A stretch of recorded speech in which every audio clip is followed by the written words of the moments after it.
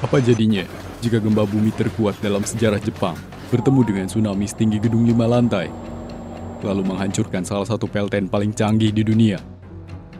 Pada 11 Maret 2011, reaktor nuklir Fukushima Daiichi meleleh. Ledakan hidrogen mengguncang langit dan radiasi menyebar ke udara, laut, serta tanah. Tapi ini bukan hanya tentang kisah teknologi yang gagal. Ini tentang 160.000 orang yang kehilangan rumah, lautan terkontaminasi yang mengancam ekosistem global, dan rahasia gelap yang disembunyikan selama bertahun-tahun. Apa yang benar-benar menyebabkan bencana ini? Mengapa Jepang nekat membuang 1,3 juta ton air radioaktif ke Samudra Pasifik? Dan yang paling mengejutkan, apakah Fukushima bisa terjadi di tempat lain? Di dalam video ini, kita akan menyelami dosa masa lalu, kepanikan pemerintah, dan dampak yang terjadi hingga hari ini. Kita juga akan bertanya, bisakah manusia benar-benar mengendalikan energi nuklir?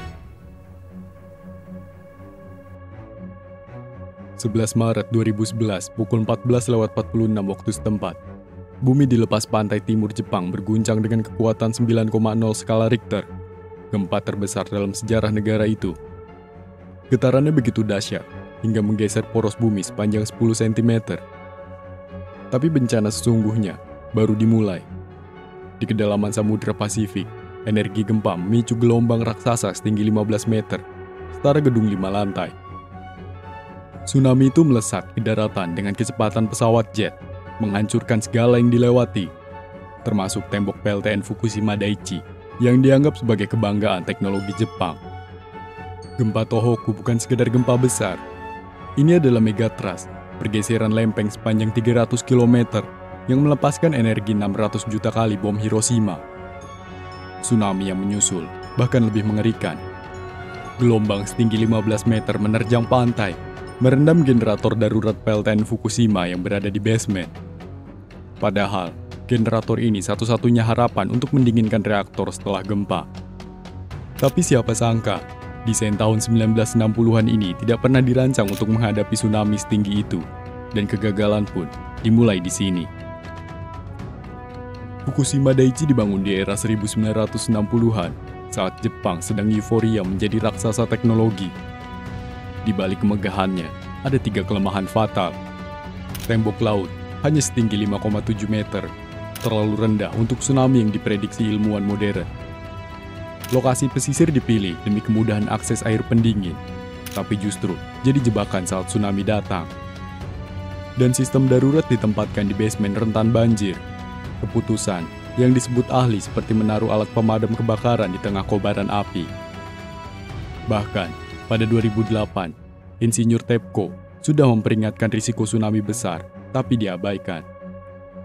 Dibangun pada 1967 dan mulai beroperasi pada 1971, Fukushima Daiichi adalah ikon kemandirian energi Jepang.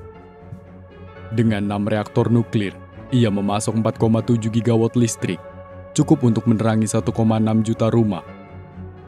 Saat itu, Jepang percaya nuklir adalah solusi masa depan, bersih, efisien, dan aman. Tapi di balik angka-angka gemilang itu, reaktor Fukushima adalah mesin tua. Reaktor 1 sudah beroperasi 40 tahun, melewati batas usia pakai yang direncanakan. Pemerintah Jepang bahkan sedang mempertimbangkan perpanjangan izinnya ketika bencana terjadi. Tapi semua kelemahan ini baru terungkap setelah segalanya terlambat. Dalam 48 jam berikutnya, 3 reaktor mengalami meltdown. Ledakan hidrogen menyemburkan radioaktif ke udara, dan Jepang, negara paling siap bencana di dunia, ternyata tak siap menghadapi kenyataan pahit.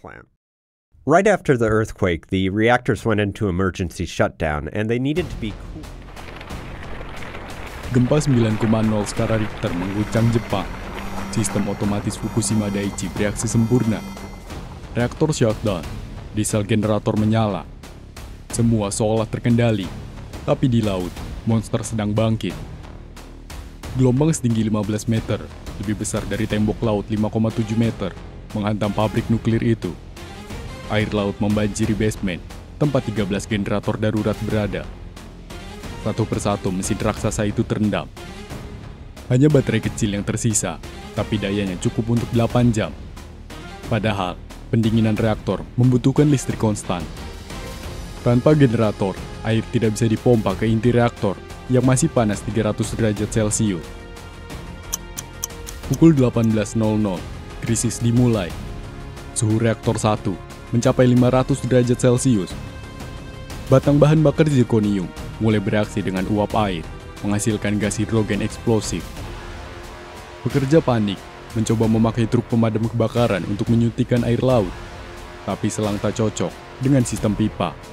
1 jam terbuang. Di ruang kontrol, layar monitor padam satu persatu. Seorang insinyur TEPCO bersaksi, kami seperti pilot yang terbang dalam kegelapan tanpa instrumen. Pukul 20.00, baterai habis, pompa mati total. Air di reaktor menguap, meninggalkan batang uranium terbakar tanpa pendinginan. 03:36 dini hari. Suhu di reaktor 1 mencapai 2800 derajat Celcius. Panas yang bisa melelehkan baja sekalipun. Batang bahan bakar uranium-235 meleleh seperti lilin, menembus wadah reaktor setebal 15 cm. Zirkonium pada selubung batang bereaksi dengan uap air, menghasilkan gas hidrogen yang mudah meledak. 06.00, inti reaktor meleleh, jatuh ke dasar beton. Radioaktif mulai bocor. 14 Maret, jam 11:01 siang. Reaktor 3 mengalami nasib serupa. Gas hidrogen bocor dari pipa yang retak, menumpuk di gedung reaktor. Ledakan dahsyat mengguncang atap dan merusak kolam penyimpanan bahan bakar bekas. Kobaran api terlihat selama 3 hari. Reaktor 2 mengalami yang lebih parah. Tekanan ekstrim merusak wadah tekanan primer, melelehkan inti hingga jatuh ke beton dasar. Radiasi 10.000 kali level normal terdeteksi di sekitar PLTN. Pada 11 April 2011, pemerintah Jepang mengakui Fukushima sebagai bencana level 7 skala INES, terparah, setara Chernobyl. Dengan alasan 520 petabecquerel setara 10% Chernobyl, tapi 80% kebocoran masuk ke laut, mencemari ekosistem global. Lalu 1000 km tanah terkontaminasi cesium-137. Dan Fukushima adalah satu-satunya bencana dengan 3 reaktor meleleh secara bersamaan. Paparan radiasi yang tinggi meningkatkan resiko kanker, terutama kanker tiroid pada anak-anak dan remaja yang saat itu tinggal di daerah terdampak. Meskipun pemerintah Jepang mengklaim tingkat kanker masih dalam batas wajar, studi independen menunjukkan adanya peningkatan kasus yang signifikan. Selain efek fisik, trauma psikologis juga menghantui para korban. Banyak warga yang mengalami stres berkepanjangan akibat kehilangan rumah, pekerjaan, dan ketidakpastian masa depan. Rasa takut terhadap efek radiasi membuat sebagian besar dari mereka enggan kembali, bahkan setelah daerah mereka dinyatakan aman. Limbah radioaktif yang bocor ke laut menjadi ancaman bagi kehidupan bawah air. Beberapa spesies ikan yang ditangkap di perairan Fukushima masih menunjukkan tingkat radiasi yang lebih tinggi dari batas aman konsumsi. Hal ini merusak mata pencarian nelayan setempat dan menimbulkan ketidakpercayaan konsumen terhadap produk perikanan Jepang. Di daratan, radiasi yang menempel di tanah membuat beberapa area tetap tidak layak huni. Tumbuhan dan satwa liar yang berkembang tanpa campur tangan manusia mengalami perubahan populasi yang tidak biasa, menunjukkan bahwa alam pun beradaptasi terhadap kondisi ekstrim ini. Beberapa kota di sekitar Fukushima masih belum bisa dihuni, meskipun ada upaya dekontaminasi. Kota-kota seperti Futaba dan Okuma menjadi kota hantu. Bangunan dibiarkan membusuk, sekolahan tetap kosong, dan jalanan sunyi tanpa kehidupan. Meskipun pemerintah secara bertahap membuka kembali beberapa daerah, banyak warga yang enggan kembali karena kekhawatiran kesehatan dan minimnya infrastruktur yang berfungsi. Fukushima menjadi pengingat nyata bahwa dampak bencana nuklir tidak bisa berakhir dalam hitungan tahun, melainkan bisa berlangsung hingga beberapa generasi ke depan. Bencana ini tidak hanya meninggalkan luka fisik, tetapi juga mengubah cara pandang dunia terhadap energi nuklir dan keamanan lingkungan. Lebih dari 1 dekade setelah bencana nuklir Fukushima, Jepang terus berupaya memulihkan daerah terdampak. Proses ini tidak hanya melibatkan dekontaminasi lingkungan, tetapi juga pengolahan limbah nuklir secara ambisius untuk menghidupi kembali wilayah yang pernah ditinggalkan. pemerintah Jepang telah melakukan berbagai metode dekontaminasi, termasuk mencuci permukaan bangunan, mengangkat lapisan tanah yang terkontaminasi, serta menebang pohon di area yang terkena radiasi tinggi. Namun, proses ini tidak selalu berjalan lancar. Radiasi yang menyebar luas dan tertanam di ekosistem membuat pembersihan menjadi tantangan besar. Beberapa daerah telah dinyatakan aman, tetapi sebagian lainnya masih memiliki tingkat radiasi yang terlalu tinggi untuk dihuni kembali. Salah satu tantangan terbesar dalam pemulihan Fukushima adalah penanganan limbah nuklir dan air radioaktif. Hingga kini, lebih dari 1 juta ton air terkontaminasi telah dikumpulkan dalam tangki penyimpanan di sekitar PLTN Fukushima Daiichi. Pemerintah Jepang bersama TEPCO telah memutuskan untuk mengolah dan melepaskan air ini secara bertahap ke laut setelah melalui sistem filtrasi yang disebut ALPS. Meskipun Jepang mengklaim bahwa air yang dilepaskan sudah memenuhi standar keamanan, keputusan ini tetap menuai kritik, terutama dari nelayan lokal dan negara-negara tetangga yang khawatir terhadap dampak bagi lingkungan laut dan industri perikanan. Pemerintah Jepang bertekad untuk menghidupkan kembali Fukushima melalui beberapa program pembangunan. Infrastruktur yang rusak telah diperbaiki, dan insentif ekonomi diberikan kepada warga yang bersedia kembali. Di beberapa wilayah, proyek energi terbarukan seperti pembangkit listrik tenaga surya dan angin sedang dikembangkan untuk mengubah Fukushima menjadi pusat energi bersih di masa depan. Namun, meski beberapa kota telah dibuka kembali, banyak warga yang masih enggan kembali karena stigma radiasi dan ketidakpastian jangka panjang. Pemulihan Fukushima adalah proses yang panjang dan kompleks. Tantangan masih ada, tetapi Jepang terus berusaha menjadikan wilayah ini sebagai simbol ketahanan dan inovasi dalam menghadapi bencana nuklir. Salah satu keputusan paling kontroversial adalah kebijakan pembuangan air radioaktif ke laut. Sebuah langkah yang menuai kritik dari berbagai pihak, baik dari dalam maupun luar negeri. Pembangkit listrik tenaga nuklir Fukushima Daiichi telah menghasilkan lebih dari 1 juta ton air radioaktif sejak 2011. Air ini berasal dari sistem pendingin reaktor yang bocor, serta air tanah yang terus merembes ke dalam fasilitas. Untuk mengatasi masalah ini, TEPCO dan pemerintah Jepang menggunakan sistem ALPS untuk menyaring sebagian besar zat radioaktif, kecuali tritium, sebuah isotop hidrogen yang sulit dihilangkan sepenuhnya. Pada tahun 2023, Jepang mulai melepaskan air olahan ini secara bertahap ke Samudra Pasifik dengan klaim bahwa tingkat tritium yang dilepaskan masih berada di bawah batas aman yang ditetapkan oleh standar internasional. Namun, keputusan ini segera memicu kontroversi besar. TEPCO, perusahaan yang mengoperasikan PLTN Fukushima, telah lama dikritik karena kelalaiannya sebelum dan sesudah bencana. Banyak pihak yang menilai bahwa TEPCO tidak cukup transparan dalam menangani krisis, bahkan dituding menutupi informasi penting tentang tingkat bahaya radiasi. Di sisi lain, pemerintah Jepang juga mendapat kecaman karena dianggap lebih mengutamakan solusi cepat daripada mencari alternatif yang lebih aman. Beberapa ilmuwan dan aktivis lingkungan berpendapat bahwa air tersebut seharusnya disimpan lebih lama atau dikelola dengan cara lain, alih-alih dibuang ke laut. Bagi para nelayan lokal, kebijakan ini menjadi pukulan telak karena kepercayaan konsumen terhadap hasil laut Jepang menurun drastis. Bahkan, setelah bertahun-tahun mereka berusaha membangun kembali industri perikanan pasca bencana. Keputusan Jepang menuai reaksi beragam di tingkat global. Beberapa negara seperti Amerika Serikat dan sebagian besar negara Eropa menerima langkah ini dengan catatan bahwa pembuangan dilakukan sesuai standar keamanan internasional. Namun, negara-negara tetangga seperti Cina dan Korea Selatan secara terbuka menentangnya dengan alasan potensi bahaya bagi lingkungan laut dan kesehatan masyarakat.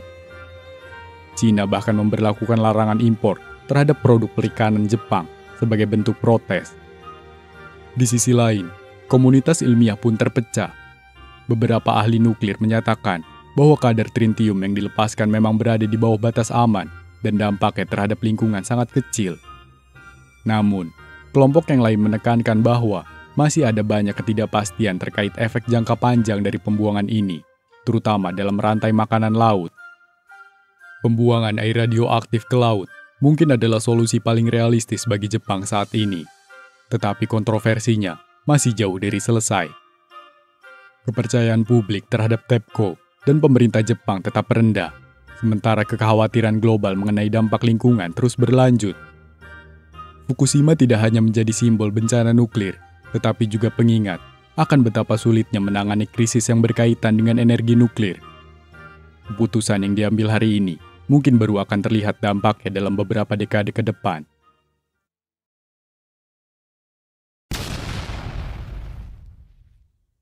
Bencana nuklir di Fukushima pada tahun 2011 menjadi titik balik dalam kebijakan energi global.